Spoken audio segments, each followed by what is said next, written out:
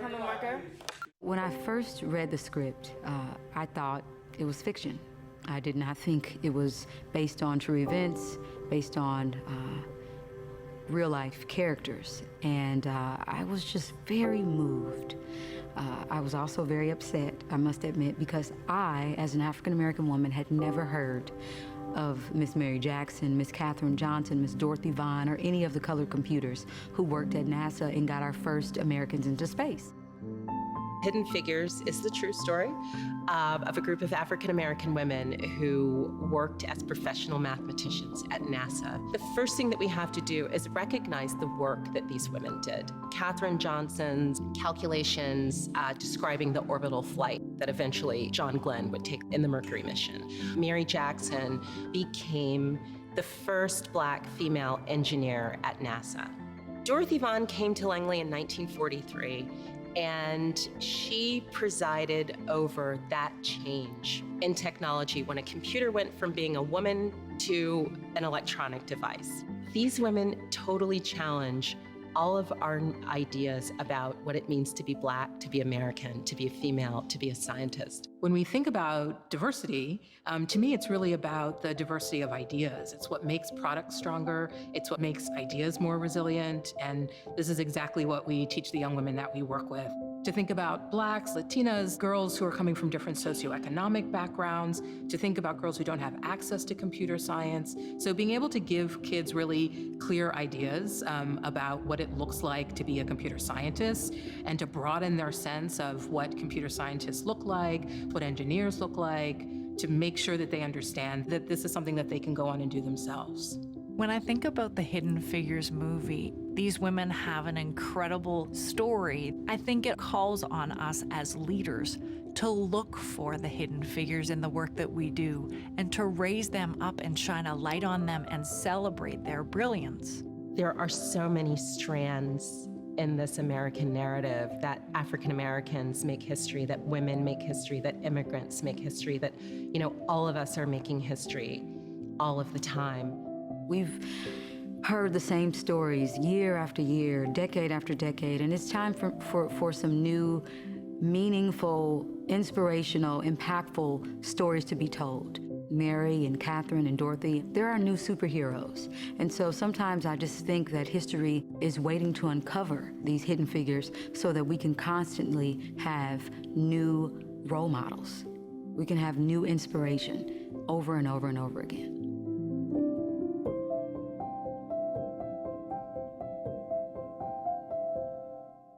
Please welcome the new host of the syndicated political show, Matter of Fact, and the founder of Starfish Media Group, award-winning journalist Soledad O'Brien.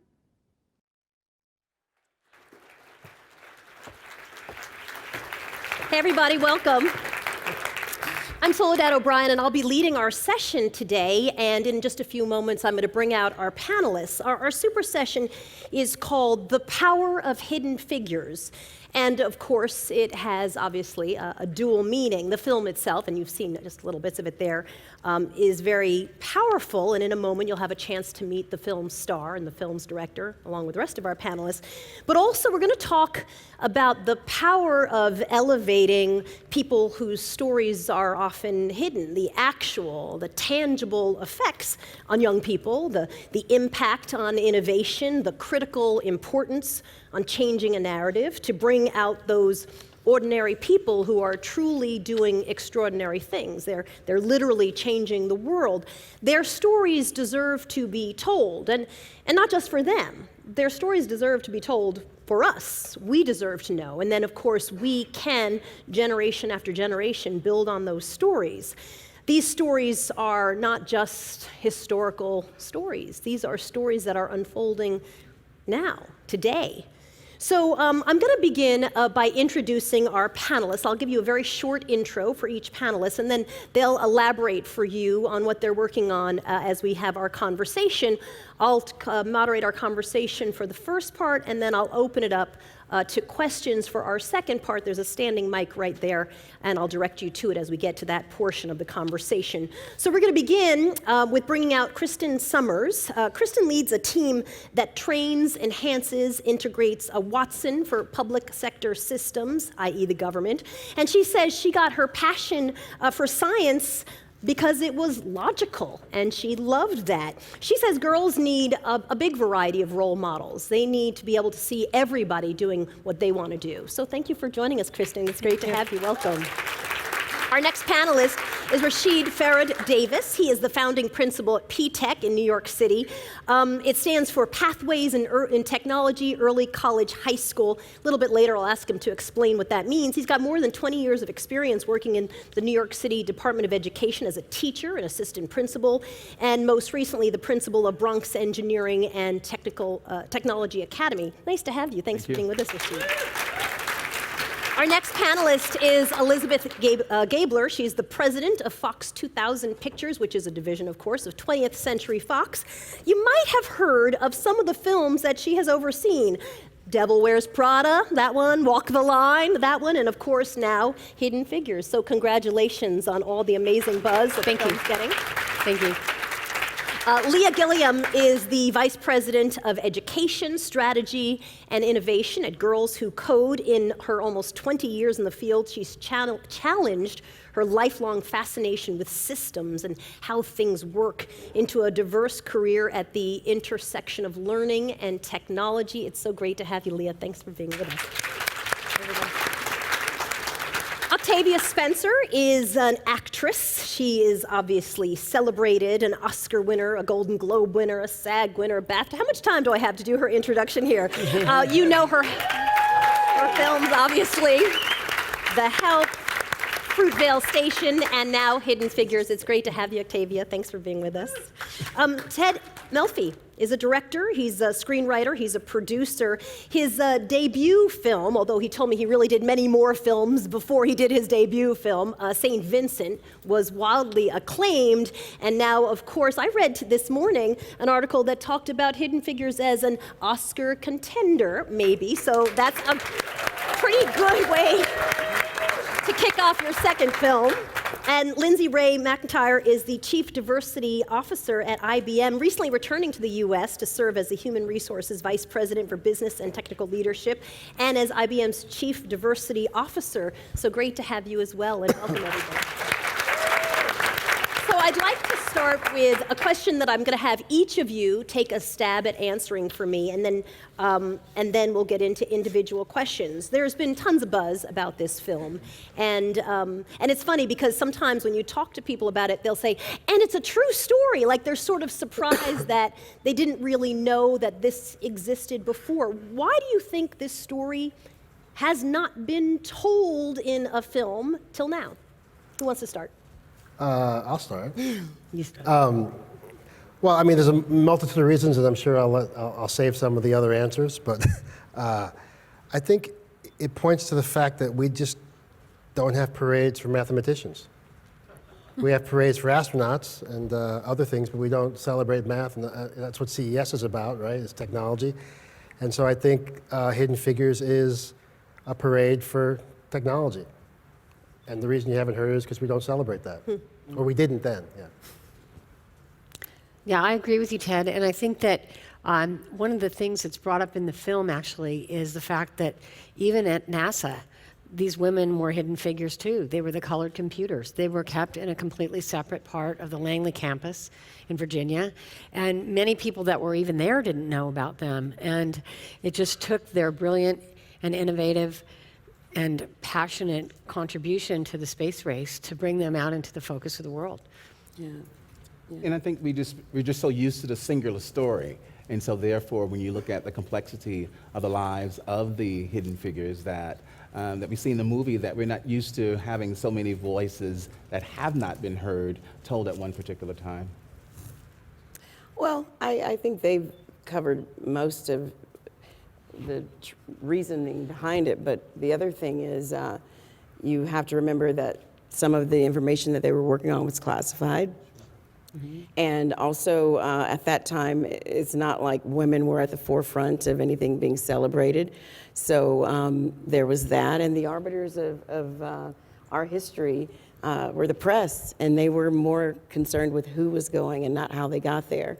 So I think there's a variety of reasons, but for me, I'm just excited that it is being told, and I'm excited that when Elizabeth got the book proposal from Ted, that she said, yes, this is a story whose time has come to be told. So thank you, Elizabeth. And when you got the script, tell me about that. I mean, what did you, Octavia, what did you Oh. think? Yeah. What did you think? What was compelling about it? What made you say, oh, this is what I want to do? Well, it's a strange story, because I was told that I was going to be meeting with Donna Gelati about this movie about 3 mathematicians who helped get our astronauts to space during the NASA space race. And I thought, well, okay, that definitely has to be fiction, because otherwise we know about it. And I had just done The Help. It wasn't far-fetched, to have a historical fiction. And before I met with Donna, I think I read the book proposal, because I met with her, talked about it, and found out it was true, and said, well, oh my God, I want to do it. And I don't know which role I want to play, but count me in as you guys start forming your cast. And then I read Ted and Allison's script and was really excited to be a part of it. Ted, when we were talking downstairs at the booth, which is amazing if you hadn't had a chance to see it, you said, like, this is exactly the kind of movie you should never, ever do, right? Yeah. This is everything they tell you not to do, right? Don't make a movie about math. Don't make a movie about science. Don't make a movie with women. Don't make a movie with black women. And it's having tremendous success. It's bucking all the conventions. So I think the power of the story and the fact that people are craving to see other things besides men in spandex, it's just... Is it hard to tell, as a director, it's hard to tell the story that's the quiet heroes versus the, often the aggressive heroes are, stories that we see a lot? It's hard to tell. The hardest challenge is to make math cinematic, really. Math is not cinematic for those. But no, the challenge was just to dig into the women's lives. I tried to create them, or we tried to create them as superheroes. So when you watch the movie, there's some iconic imagery that shows them in angles and frames that look like heroic. So I think you just try to make them superheroes. There is that amazing scene where your character says, we have been reassigned, right? And it's very emotional, right? Because all these women suddenly come around the corner, and it's exactly the astronaut shot, the shot where you usually see the astronauts kind of in that V as they march through, and you hear them clunk, clunk, clunk, and it's women in skirts and the clicking of their heels, and I will confess, it brought me to tears because it was so emotional. It's after your character fights for, she's not getting promoted if she's not bringing her team with her. I think it's very emotional. What do you think the impact, Lindsay Ray, or what do you hope the impact is beyond a film opening and people see it and enjoy it for the story? I think that we're so privileged to have had IBM's forefathers who hired the first black employee and 3 women in 1899.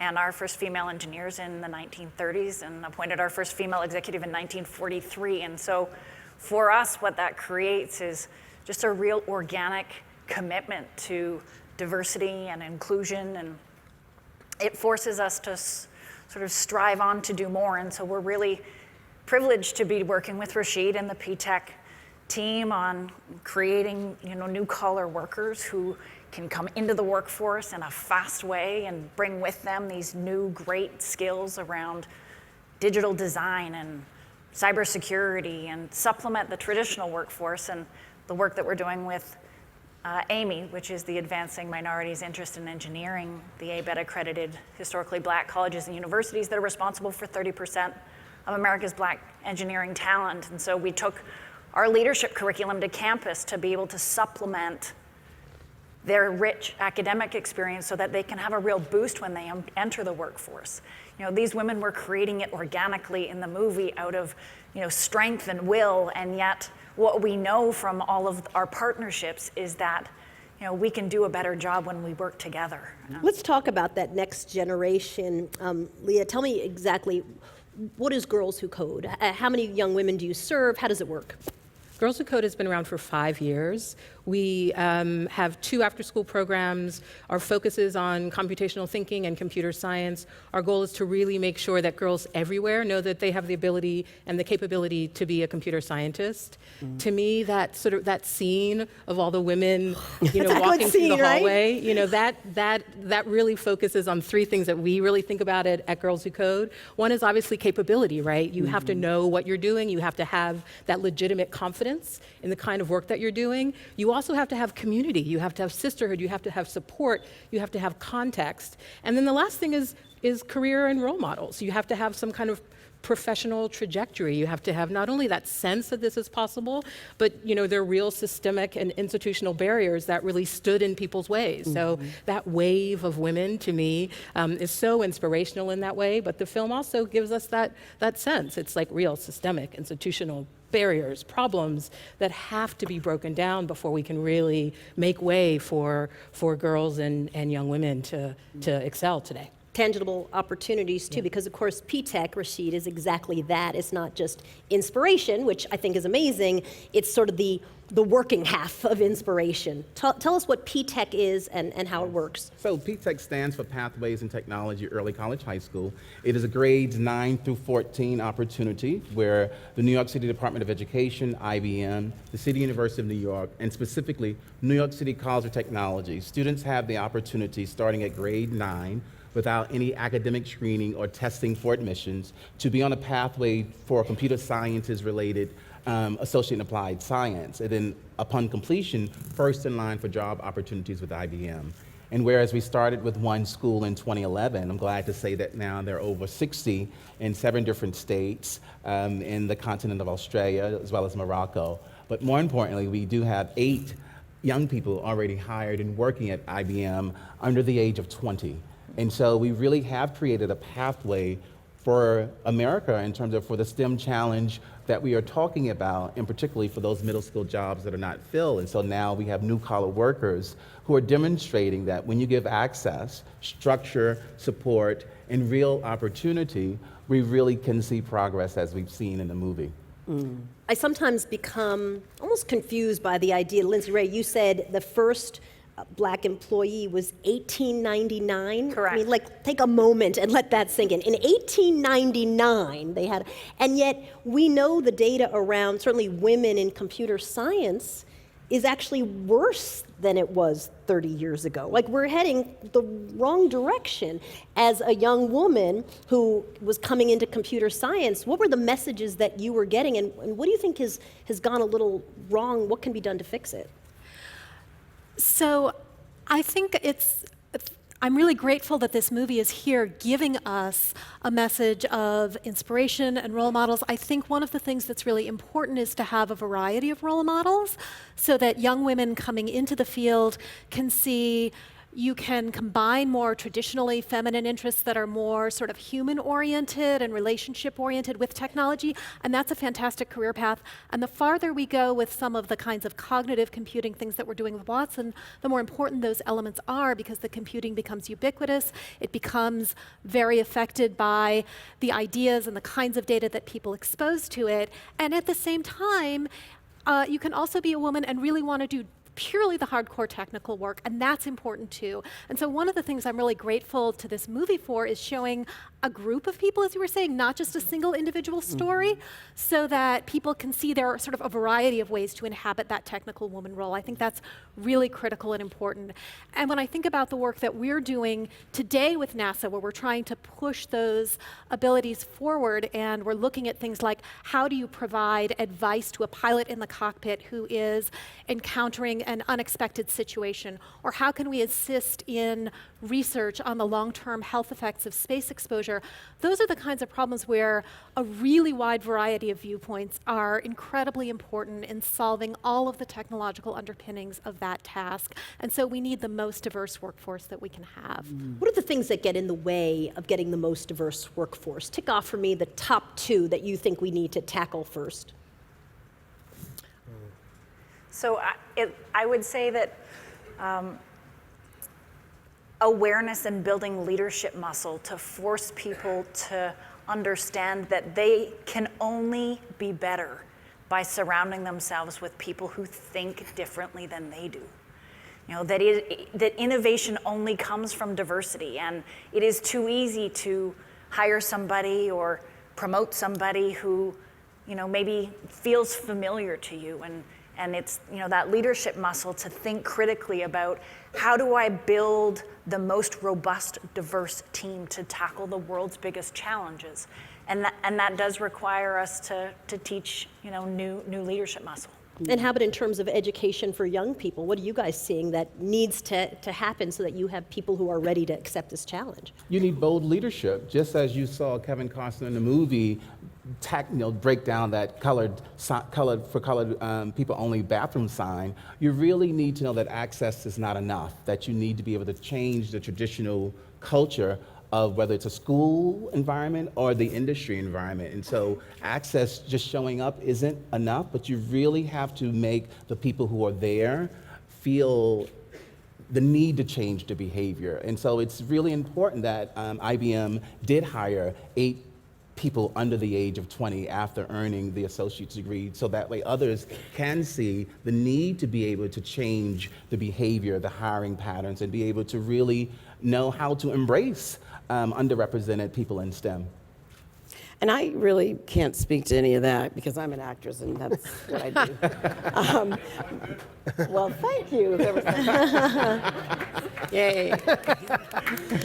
But what I think resources and need to be made available to people who are from, you know, varying degrees of socioeconomic background.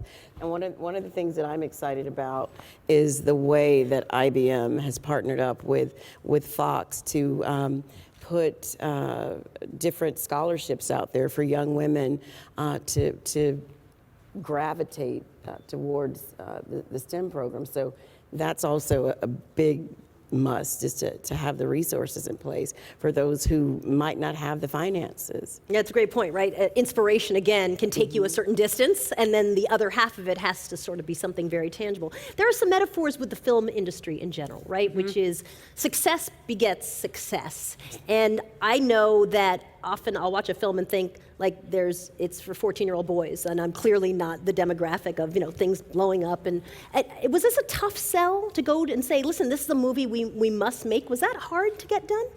Well, the answer everyone expects me to say is yes, we had to go and fight and kill, and it took everything. But the reality of it is that it was very easy. Really? Yeah. I really expected we had to go fight and kill. No, I actually work for a very supportive company, and Ted is a filmmaker that we would have crawled on glass on our bare feet to work with. Wow. And when he brought me this screenplay, I knew that I was the first one to get it from a financing and distribution company in the entertainment industry, and I had to say yes, because I couldn't just take the material and say, well, let's see, we'll figure it out, who can we put in it? So I read it overnight, and I gave it to our chairman, a man named Jim Giannopoulos, and I said, you have to read this down and tell me if we're going to make this movie. He goes, well, why do we have to say yes now? And I said, because otherwise they need to find someone that will. And he did, true to his word. 24 hours later, I was able to call Ted and say, we're in. And I read it, and I closed the last page of the screenplay, and I was crying. But I was happy, and I felt like if we can bring something to the world that makes people uplifted and happy, and a story where it's so positive right now, I just felt like they will come, and hopefully that's where we are. I mean, it is an amazing story, right? Because of that list, positive and happy, et cetera, and also real. Right? I mean, it's a story about America at a time when race relations sometimes seem to be a bit challenged. It's like, you know, people do come together to get important work done of all races because they care about the country and want to move forward together. What do you think? What is your line for success? Like, you'll feel like you've won it when what? Won what? I don't know. Just like you'll feel pleased. When what happens? Is it just, I mean, listen, I know often directors will look at numbers. It can't be, it has to be more than that for you. No, with the movie. With the movie? Yeah. I just, you know, I'm already there because I was in a theater in Atlanta, And we screened the movie at a pre-screening, and this black woman came up to me, she's probably 55, and she was crying profusely. And I didn't know what to do, so I hugged her, and she said, "I just want to thank you. This film has given me the strength to carry on." Mm-hmm. And so I don't care what it does after that. I mean, that's what the movie's for. What is the today battle when it comes to Hidden Figures? You know, I think often we think of these things as very historical, like, oh, that's an amazing story about back then. What's happening today in Hidden Figures, and how do you tease out those hidden figures who we know exist?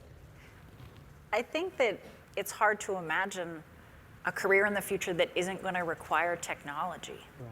And so it's incumbent on all of us as role models, as teachers, as leaders, to uncover those hidden figures, to look around us and to, you know, find the 18 and the 19-year-olds who've come into the workforce and bring them with us.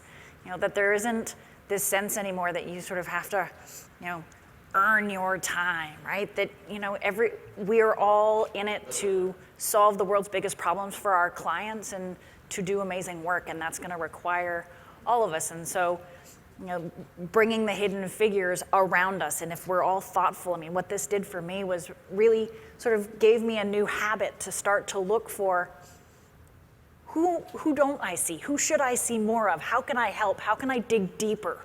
How can I amplify people to allow them to move faster, to get smarter, right? And so I feel like there's a real opportunity in our ecosystem as leaders and as partners to be able to do that more quickly. Yeah, I think that's a great point. There are a few messages there that I think are important. One, I think, is obviously, you know, for young people to get that, to have that historical sense that there are these three strong figures out there, and to know that there are many more. I mean, at Girls Who Code, we really focus and give girls a sense that there is a historical context for women being involved in STEM, for being involved in computer science. So that's really important. I think for the adults in the room, and particularly for people in leadership positions, we often mistake a lack of representation with a lack of ability. And I think to really sort of get that personal perspective that there are capable, strong, brilliant people out there, and just because you may not see them in the office, that doesn't mean that they're not there. To build a little bit of that picture for people who might not have the imagination to see what that actually means, and means for people who are hiring, for people who are building teams, who are solving problems, just the importance of that diversity of opinion, of backgrounds, of points of view.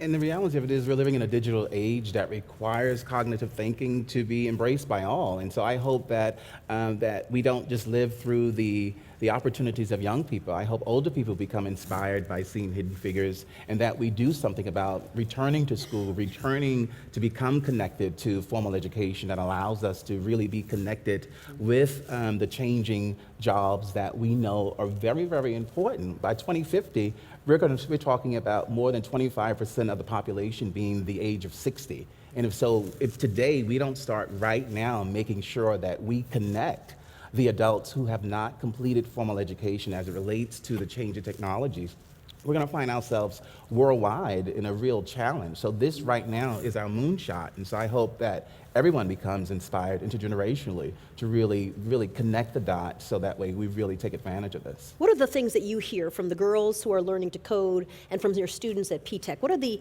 obstacles? What do they tell you about what they're finding challenging? They say, I can't. I mean, I do think there's an issue, which is, you know, for girls right around middle school, they're actually very interested in STEM fields. We see that, and a lot of women, and I'll be interested to hear if, Kristen, you have this experience too, they're kind of turned on to technology in middle school. And then something sort of happens later, and part of it are these kind of cultural messages that technology or math is for boys, even though the studies show that that girls have the aptitude, it's right there. So I think one thing we're sort of hearing is often often girls just don't see that this is something that might be of interest to them, or that they're good at. And in part because, the vision of technology and innovation is very much the sort of the white guy in the hoodie in the dark basement.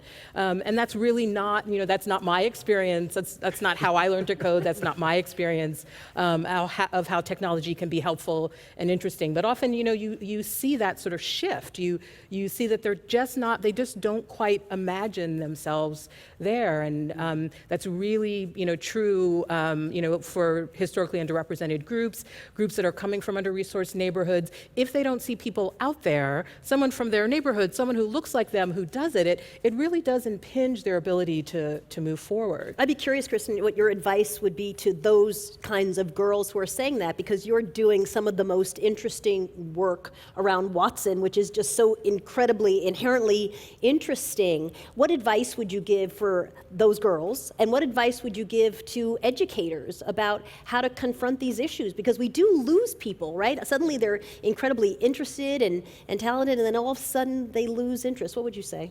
Yeah, absolutely. I totally agree with Leah's point that girls are interested in these things when they start. And the advice I would give is to focus on that interest. And when you look for role models, again, look for a broad variety. There are lots of ways to do these things. And the guy in the hoodie in the basement, the fact he's wearing a hoodie and coding in the basement has nothing to do with his coding ability, right? We tend to visualize that as all one package, but it's not. And use the parts that are of interest to you and combine it with your other interests if that's what makes you passionate. There is so much to do in technology that is both core underlying technology and so much to do that is interdisciplinary, where your other interests are really important. And so my advice would be to follow all of that. And I think if educators encourage that, that's fantastic. And I also want to pick up on something that you were saying earlier about people confusing access with ability. And I think that in many cases, there's kind of a mismatch. If people don't express their ability in the ways that are expected, it's not seen as much. And that's something that's a challenge for exercising that leadership muscle that Lindsay Ray was talking about, right? Where you need to be able to recognize the talent in the way it happens to express itself. And also, we can help people to express themselves in the ways that are going to get seen in the current reality. Tell me a little bit about how education has to change. You talked about this massive number of jobs, and yet I have 4 kids in middle school and high school, and they're certainly not learning about technology in a way that would make you think like, these are the jobs that exist now, people. It's an occasional class, sort of, kind of, and if you're lucky, your mom and dad can enroll you in something after school. I feel like the mindset about this is off. Mm-hmm. Well, we are an early college and early career model, and so it's very important to give students access, but also the opportunity to experience college simultaneously as they're dealing with high school, but also to be able to go to the workplace and to see different types of career opportunities and to bring the industry inside of schools. So it's no longer just thinking about that you have to leave your community, but really we need to see more public-private partnerships invade education, come into the schools, go into the community centers and where people live, and really show opportunities. And so mentoring becomes important. Every student at P-TECH is tied to a mentor. So that way, in the event, if someone is not living in their community or their home who works for IBM, they can connect through school. And so we make it a point to say we can only disrupt from within by dealing not only from people from without, but also by adopting each other. And so I think it's very important that connectedness. So we have to look at more public and private partnerships. I also think that, we've come from a history that has a very linear cadence to it from an education standpoint. And what we're learning through our partnerships with Leah's organization and with Rashid is that there's so much to be done by disrupting all of that and creating new innovative on-ramps for people to experience the stuff that Kristen probably didn't get to until she was in her teens, right? And to be able to introduce the fun technology and how it shows up. And my 4-year-old came home with an hour of code and declared that she was a computer scientist, and I just thought, like, yay, there's hope, So I think as Rashid said, is, we have to all be in this together. And when we pool our resources, as Octavia mentioned, and we all really, dig in, the future technologists can only grow. What has this film done for IBM? I mean, did you know about these women, Kristen? Was this just all surprising to you? I mean, do people at IBM feel like, because I know the film was in process, it's not like you guys started out together to create this film. When the film was, on its way, sort of people said, you all are in this film. So how has that impacted the folks at IBM and their knowledge of their own history in a way? It's interesting because we have such a tremendous history of diversity and inclusion.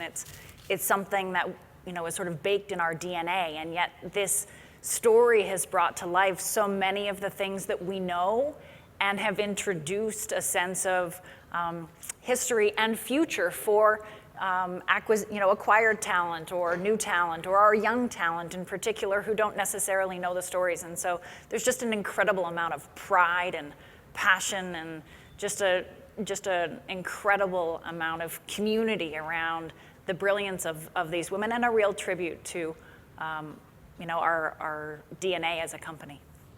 Did you know those stories ahead of time? I did not know those stories ahead of time, but it is baked into IBM's DNA that we support diversity. One of the things that impressed me a lot when I joined IBM is that is emphasized in the orientation. All of those firsts that Lindsay Ray just listed are some of the things that they talk about to new hires and reinforce all the time. So that aspect of IBM's genuine commitment to diversity in technology is something that's been really important to me as an IBM employee, and seeing it at all levels of the company, seeing the commitment to it at all levels of the company, seeing it play out at all levels of the company. But I didn't know these specific stories, and so that was really exciting and inspiring to learn. Octavia, what would you like viewers to walk out of the theater with? I try not to put ideas in people's minds because we all have different life experiences that shape our beliefs. So I hope that the message of our film is one of inclusion and one of empowerment and one of advocacy within our community, women working together. And fighting for each other. I mean, that scene where she's like, it's everybody or not me. Absolutely. I think that's one of the things that I love most about who Dorothy Vaughan was. She wanted to advance her own career, but she also understood that one person advancing meant that they all advanced. So it was constantly about putting the best person forward for each individual job and advocating for that. And in the film throughout, you see a lot of advocating. You see Kevin advocating, or Kevin's character, advocating for Taraji's character. You see John Glenn advocating for Catherine. So, advocacy begins with you, the individual. And again, I am just really, really humbled by the fact that when Elizabeth got the script, she immediately jumped at the chance because, like Ted said, this is not the model for a Hollywood blockbuster. But we hope with the support of all of the people who not only want to see this history celebrated, but see the diversity in the STEM fields. We hope that we can change that narrative, that this too can change the world. One more question for Ted, and then I'm going to open it up to the audience. Ted, I'm curious, one thing I found surprising in the film was just how much fun the women were. Like, they're fun and they're real. It's not like, I am burdened with bringing my race along as we do math. I mean, it really was, they were normal, wonderful, amazing women. Obviously, that's who they were. Is it hard to tell a story about real people when, obviously, sometimes as a director, you need to kind of make it entertainment forward too? Yeah, you always feel a deep sense of responsibility when you're telling someone's true story to get it right. And I guess the best litmus test is when we screened it. We screened it for Katherine Johnson about 6 weeks ago. That's terrifying. She's 98 now. And we rented a little theater for her in Virginia, in her hometown. She lives 20 minutes from NASA Langley in Virginia. And we rented the theater, and she came in her wheelchair with her 2 children. And I say children, but they're 75. And she came with her whole family, and they watched the movie, and they were just crying and crying, and they said, "Thank you for capturing the essence of our family, exactly as we remember it," because there was such love in that family. And you know, I don't want to give too much away, but there's a line in the movie where Jim Johnson says, "I know marrying you includes marrying your girls as well," and that's a direct quote. So a lot of these things were built around individual moments that we had researched and studied. So anyway, that made me feel good that at least we got that part of it right. You know, you do the best you can with telling the real story. The good news is it's not so well known. I mean, if you're telling a story about JFK, I mean, you obviously can't mess too much of that up. Yeah. I want to open it up to questions. If you have a question, can you come to this mic, which is right in the center aisle, and pose a question for the folks in our audience? It's an interesting time. Oh, go ahead, sir. Couple of quick ground rules. Every question should have a question in it, and if it doesn't, I'll get you to one. Yeah, exactly. And also, just mention who you would like on the panel to answer that question. Anybody else who has a question, you're welcome to line up behind him so that you can come up next in line. Go ahead, sir. Thanks so much for a wonderful panel. I was just wondering if a few of you would like to share some of the role models in your lives that led you to this particular stage this morning. I'm going to ask Kristen to kick it off for us. Sure. So there have been role models throughout my career, but the one who comes to mind immediately was the CTO at a previous company where I worked, because she was such an example of someone who was strong and directing and really had a technical vision that she was bringing people to, and doing all of that, you know, as a woman in a field of men, often the only woman in the room, right? And so watching her do that and learning from her, you know, seeing how she could really shape a technical vision and make it a reality and make that happen in both the technical side and the sort of interactive side was really important to me. But it's also true that there have been mentors and role models throughout my career, you know, in undergraduate and graduate school at every level, right?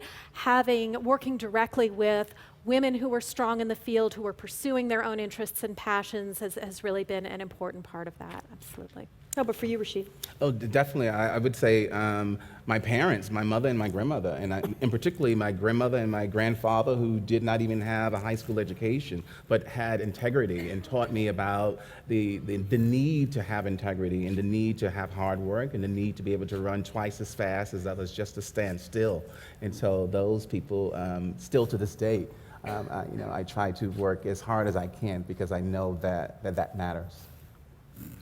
Leah, I'd love to know your role model in science and technology. Yeah, I mean, I was really lucky. I have amazing parents that were both trailblazers in their fields, but they also were really committed to education. So whatever I showed an interest in, they would show me that they were women and you know, African American people who had done these things. So whether it was Madam C.J. Walker, when I was kind of obsessed with business and entrepreneurialism, whether it was Paul Robeson, when I had like kind of a very politically engaged phase and was still thinking about how do you be creative and make art. So Charles Drew, I really grew up with lots of examples, and then you know, really throughout my career, I kept having these great examples of mentors, but also, you know, kind of sponsors, people who just sort of thought I was interesting, or we got along on an interpersonal level. You know, they didn't look like me at all, but they sort of gave me, you know, kind of a leg up and really helped advance my ideas and my thinking. So I always like to talk about sponsorship and mentorship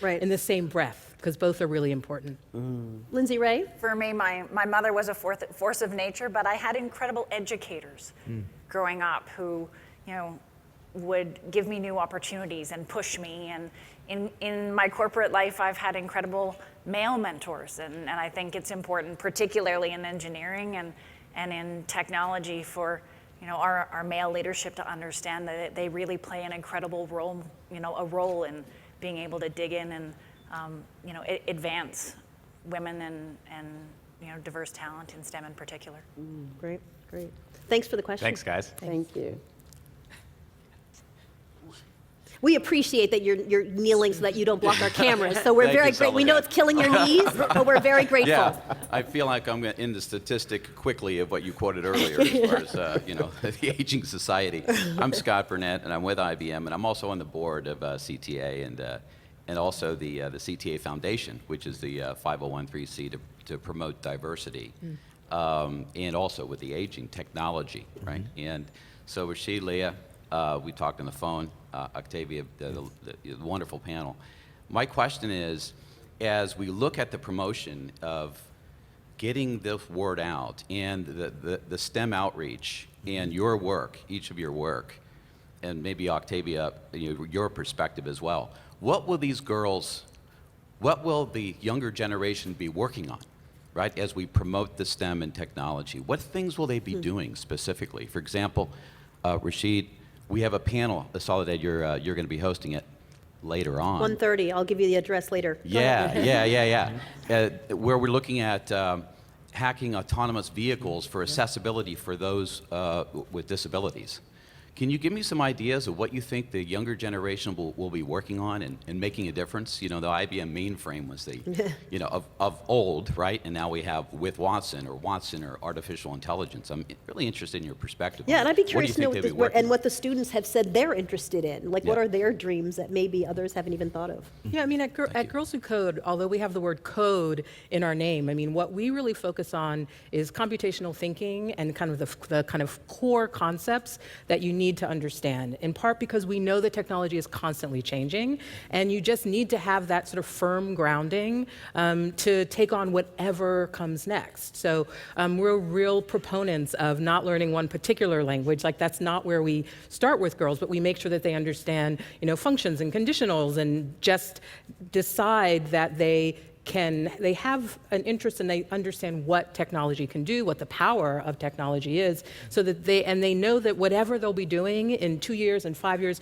is going to be completely different from what they're learning right now. And it's just that firm foundation, it's that strong foundation and the love, of working and thinking in this way that we most importantly try to make sure that they take on and understand. So making it relevant, I'd say, is one of the important things. And we have a wide spectrum of what we see, but what I try to definitely impart is that the love of learning, because what they will do will be continuing to change. So we have some who actually are working on their own patent. We have some who love hackathons. We have some that are interested in law, some that are interested in medicine, some are interested in cybersecurity. So really right now you have some who really love to teach.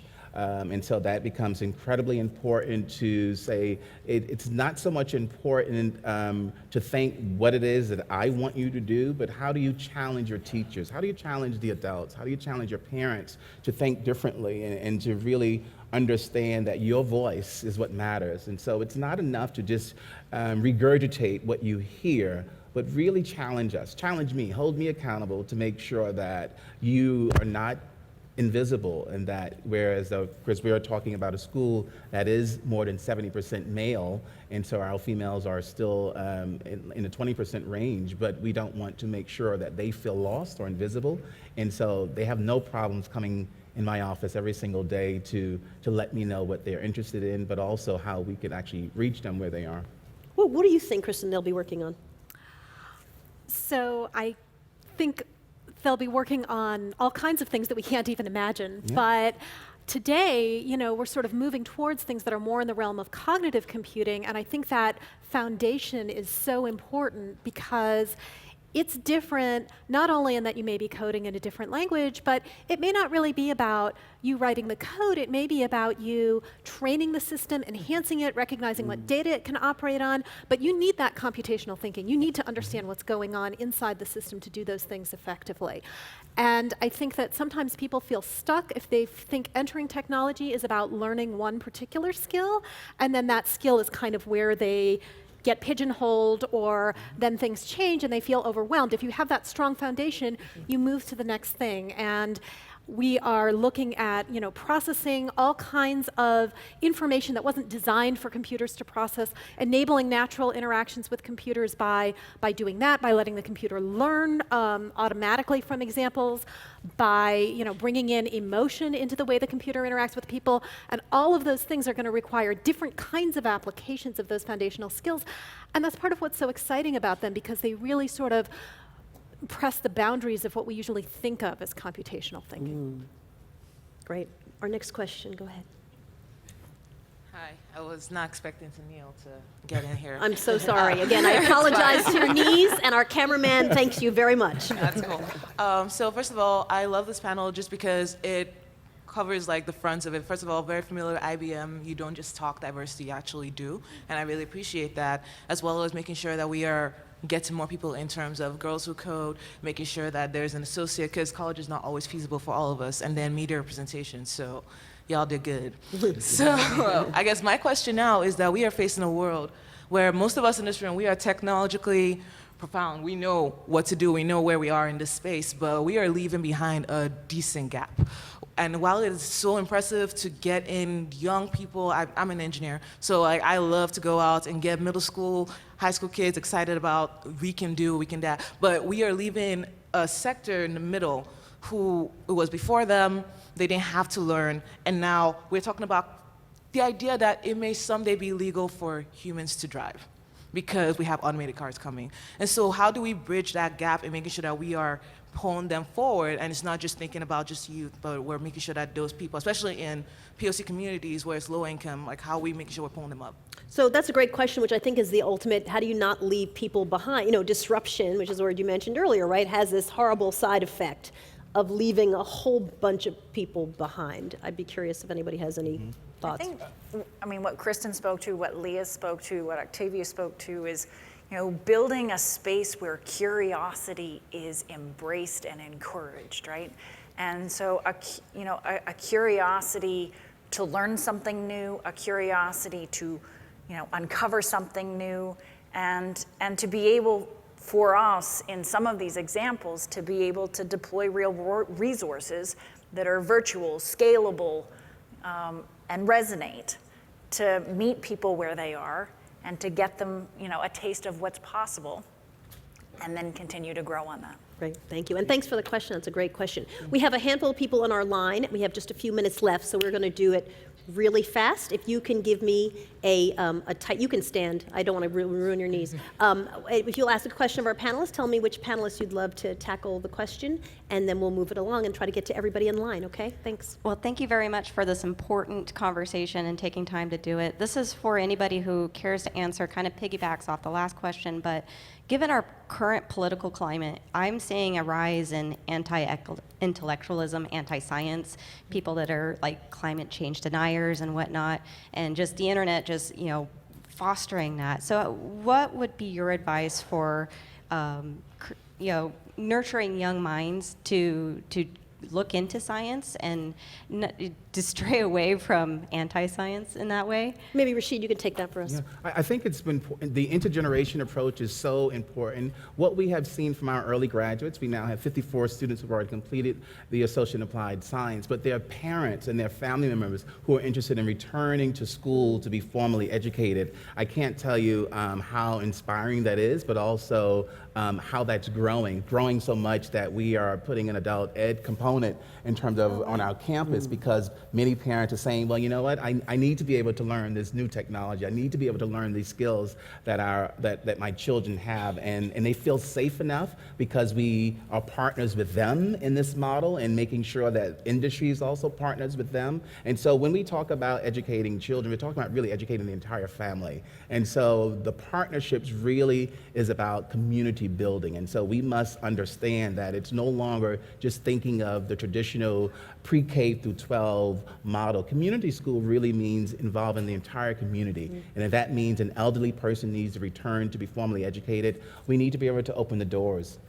And just recently, our chancellor in one of our principals meetings said, if you need to be able to make your program available to the adult community that they're interested, you need to find a way to do that, because that's really the true definition of community schools, and how do we make sure we do that? And I think the inspiration that's coming from them, we're seeing that, and so I'm hopeful that more connections between the generations within each community will be able to spur what you're talking about.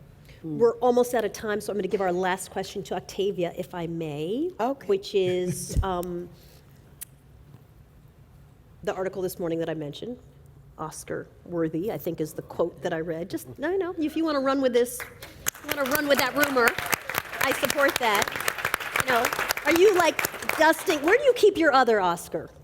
And are you moving it over to the left slightly so that if something should happen and you have a second one that needs to get jammed in there? Backstage. Just curious, just wondering. It goes everywhere with me. You know, I have a little built-in shelf, and it's right there with all of his cousins. But you know, I accidentally took a picture of it with.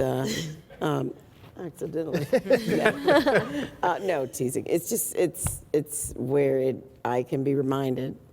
So it's just reminded of excellent work, and I think it's a great way to mention that this film is just an example of tremendous excellence, not only the acting, obviously, and the directing and the filmmaking, but also the story, right? It's a true story of true American heroes who've not been celebrated really before. So congratulations to all of you involved. Thank you. Thank you to so our much. panelists, and thank you for joining us. Thank you.